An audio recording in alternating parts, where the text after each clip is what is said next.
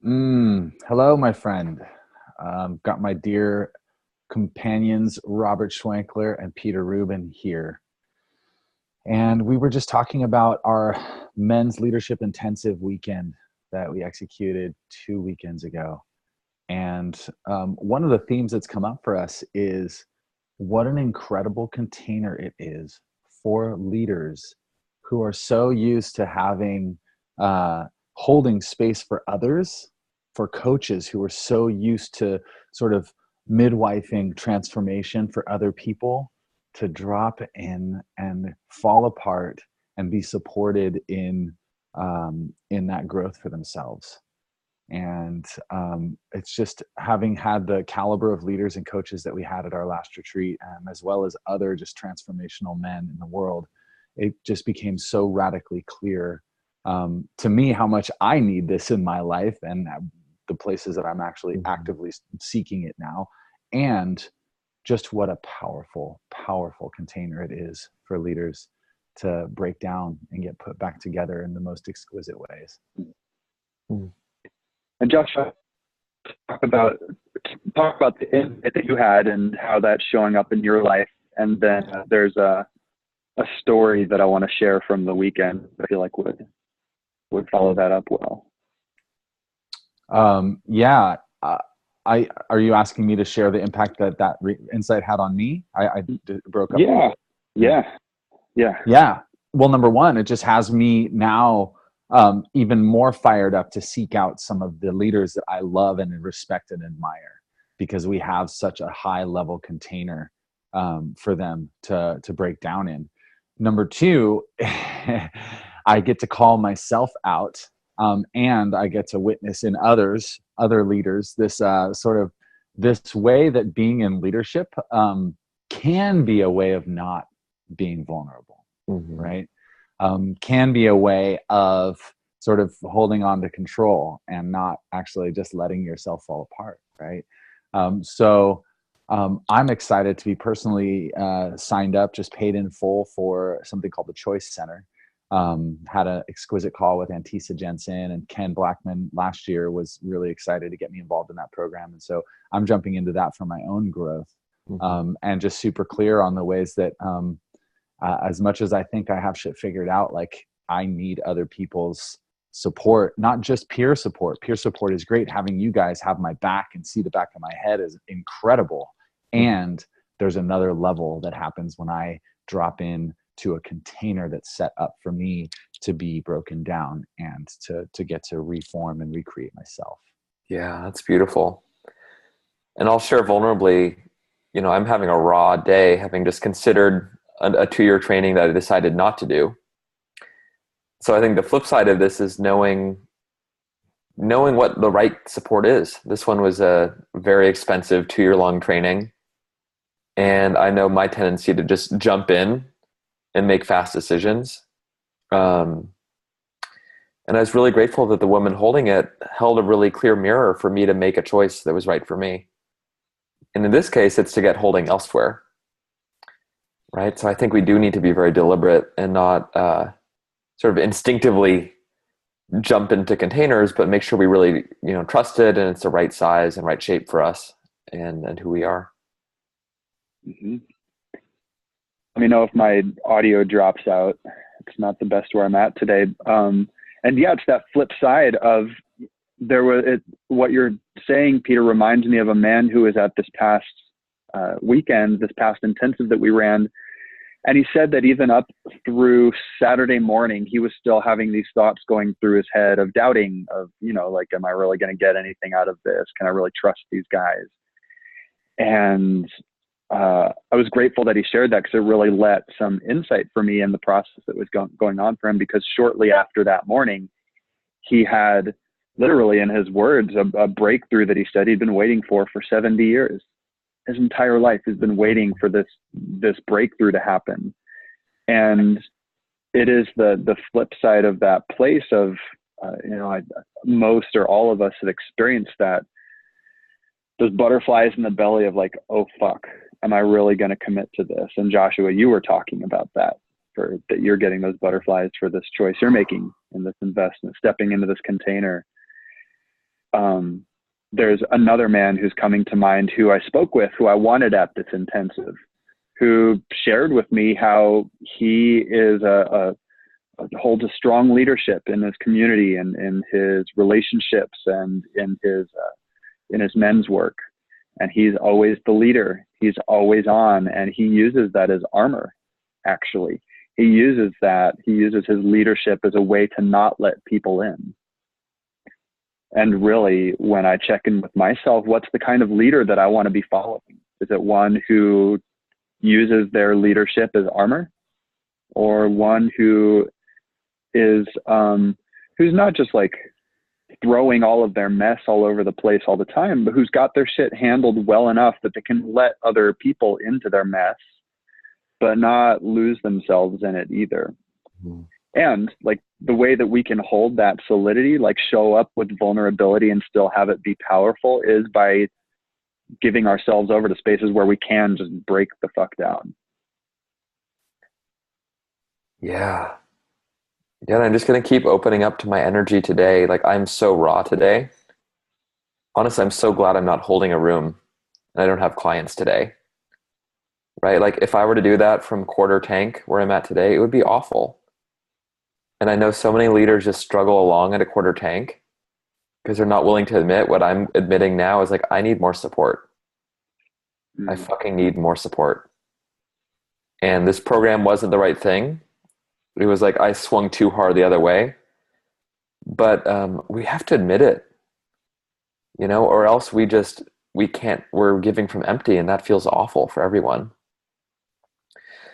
So it's like putting that prayer out, like, please, like, where is the support going to come from? And sometimes it's from friends, sometimes it's from a therapist or a coach, sometimes it's a full-on massive program. But we need to lean into it. There needs to be sort of a balance of giving and receiving, or we end up in a bad place. Right? And I don't believe it's of service to our community either. If we're modeling armored leadership, that's not what I want to be teaching other people. Yeah. And let's be honest, like, three of the hardest words for any man to speak coming from the culture that we come from is I need help. Yeah. Three of the hardest words for a man to speak are I need help. To acknowledge that your life is feeling out of control, to acknowledge that you need support, to become vulnerable to that support, to be seen in your shamiest, most sort of weakest, most vulnerable places is there's a lot of conditioning that prevents men from going there.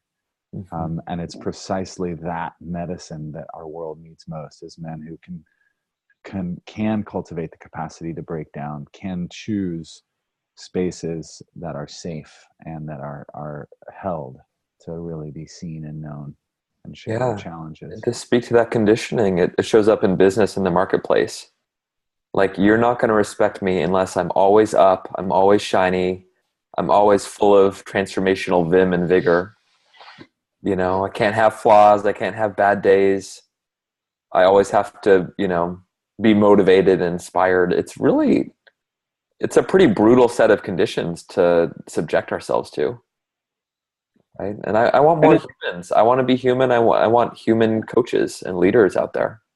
Mm-hmm. Yeah. And it's not trustworthy either. I don't trust a leader who's always got a sparkly, shiny facade on all the time, and who, whether intentionally or not, is putting out that they've got it all together. I don't trust people like that. They're not trustworthy. Yeah. Because they're human. Everybody's got stuff going on. And if you're trying to pretend and put on a face that you don't and hide that part from me, it's going to show up in some other way that is shadowy and weird, and I don't trust it. Yeah, and I think there's a culture of sharing vulnerability in retrospect as a celebration. And I think the real edge is to be vulnerable in the moment, to actually be honest in the moment and say, hey, this is what I'm going through. Again, I think there's a time to manage your own energy and just show up. But I prefer people err on the side of being real, right then and there. Yeah.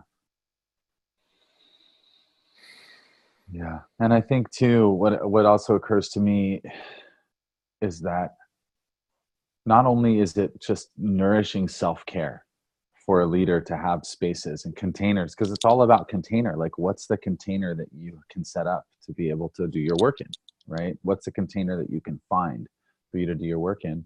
So not only is it like nourishing self-care and just like reinvigorating and re-empowering and reconnecting men with their values and their vision and their authorship of their lives and their potency, and you know, their shame and their rage and their fear and their grief, but it's also very powerful for leaders to remember what it's like to be led, right? To remember what it's like to be in that vulnerable position, to have to cross these trust thresholds along the journey to breakthrough, right? um, and and also, I think that our training does an exquisite and really unique job in the world of surfacing polarity and the power of polarity in healing work and in communication and collaboration at every level of our lives, like really evoking this sort of fundamental paradox and principle of polarity and bringing people into a much more sort of empowered, activated awareness and capacity to meet polarity and work with polarity with their clients in groups they lead and in whatever space they find themselves in. Yeah. And I want to close up with just sharing the impact that I'm noticing from some of the men, some of the leaders who were at this last intensive, which is that there's another man who's coming to mind who during our enrollment conversation between myself and him, he actually said, yeah, I want to show up and learn more about, you're somebody that I respect, who's doing things at a level that I want to get to, and want to come just to learn, basically. And what unfolded as he was at this place is actually how he was isolating himself in his leadership. And he gave himself over so beautifully and opened up, cracked open, and let us see the mess inside. And from this particular man, what I've been seeing post-intensive is he's just been posting these really beautiful, articulate, powerful Facebook videos. Yeah. There's something is coming through in a way that I was his coach in the past as well. So I've worked with this man, we've been in pretty deep space together in the past, and he's showing up in a way that I haven't seen him before. And it's beautiful and it's potent. And I see the people in his community responding to him. And it was just like the layers of crust got broken off, and his essence is able to just come through effortlessly is how I'm experiencing him. It's powerful and it's beautiful. Yeah. So if you're watching this and you're a man, we have these twice a month free group intro calls. And if you're just feeling on that edge, like, oh, I don't know about these guys. Like, I don't know if this is my place to lean in and get support. Come check it out. You'll see those on our website. We'll have a link below.